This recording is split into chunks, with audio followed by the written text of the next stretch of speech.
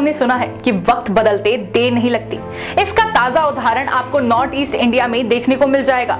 आज north east के सभी राज्यों में बीजेपी और उसके सहयोगी दल सत्ता में काबिज है। चारों राज्यों में बीजेपी का मुख्यमंत्री और बाकी राज्यों में नेडा यानी नॉर्थ ईस्ट डेमोक्रेटिक अलायंस की सरकारें हैं। बीजेपी के नॉर्थ ईस्ट में सूर्योदय करने वाले विभिन्न संगठनों को एक साथ लाने वाले एक ऐसे व्यक्ति बहुत महत्वपूर्ण स्थान रखते हैं। नमस्कार, मैं हूं वर्तिका त्यागी और आप देख रहे हैं हमारा चैनल आर पॉलिटिशियन। तो चलिए आज हेमंत बिस्वा शर्मा और उनके राजनीतिक करियर के बारे में जानते हैं। हेमंत बिस्वा शर्मा भारतीय जनता पार्टी के बड़े नेता है, लेकिन उन्हें आसाम ही नहीं बल्कि पूर्वोत्तर के राज्यों में बीजेपी का चाणक्य कहा जाता है। प्रधानमंत्री मोदी के कांग्रेस मुक्त भारत अभियान के तहत पूर्वोत्तर की जिम्मेदारी हेमंत बिस्वा शर्मा को दी गई। किसी समय कांग्रेस से अपनी राजनीति की शुरुआत करने वाले शर्मा अब पूर्वोत्तर में कांग्रेस को अच्छा खासा नुकसान पहुंचा रहे हैं। हेमंत बिस्वा शर्मा की मदद से बीजेपी ने न सिर्फ असम में अपनी सरकार बनाई बल्कि अरुणाचल प्रदेश, नागालैंड, त्रिपुरा और मणिपुर में भी अपनी सरकार बनाने में सफल रहे। हेमंत बिस्वा शर्मा की सफलताओं की वजह से ही उनको पूर्वोत्तर का अमित शाह भी कहा जाता है। एक विनम्र परिवार से आने वाले 52 साल के हेमंत बिस्वा शर्मा का जन्म 1 फरवरी 1969 को गांधी बस्ती उल्लूबारी गुवाहाटी में हुआ था।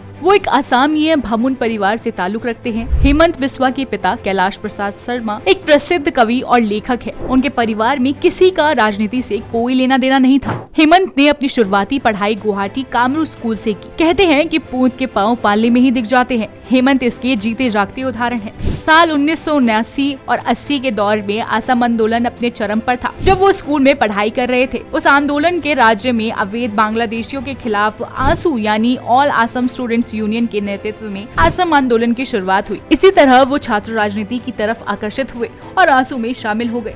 इसी दौरान हेमंत की मुलाकात प्रफुल्ल कुमार और भृगु कुमार से हुई। ये दोनों नेता उस दौरान बढ़ रहे अवैध प्रवासियों पर चल रहे आंदोलन की अगुवाई कर रहे थे। इनके साथ इस व्यवस्था में कई लोग लगे पड़े थे और इसमें एक 10 साल का लड़का भी शामिल था। इतने छोटे बालक को ऐसे देखकर सब दंग रह जाते थे। उस समय शर्मा को असम की राजनीति में विस्मय बालक के नाम से जाना जाता था, वंडर बॉय, जो महज 10 साल की उम्र में ही 2 दिग्गज नेताओं के साथ राजनीति में शामिल हो चुका था। हेमंत ने ग्रेजुएशन के लिए कॉटन कॉलेज गुवाहाटी में दाखिला ले लिया। हेमंत ने इसी कॉलेज से पॉलिटिकल साइंस पोस्ट ग्रेजुएशन पूरी करने के बाद सरकारी लॉ कॉलेज से LLB की पढ़ाई पूरी की। बाद में राजनीति में रहते हुए उन्होंने गुवाहाटी विश्वविद्यालय से PhD की डिग्री प्राप्त की। 1994 में उन्होंने कांग्रेस ज्वाइन कर ली। धीरे धीरे असम के पूर्व मुख्यमंत्री तरुण गोगोई के बाद वो दूसरे नंबर पर सबसे ज्यादा लोकप्रिय हो गए। राज्य में सक्रिय विरोधी संगठनों को नियंत्रण करने से लेकर अवैध नागरिकों से बड़े बड़े मुद्दों पर हेमंत की राय जरूर मांगी जाती थी। वो अपने काम से गोगोई के दाहिने हाथ बन गए थे। 2011 में कांग्रेस के विधानसभा चुनाव हुए और तरुण गोगोई CM बन गए।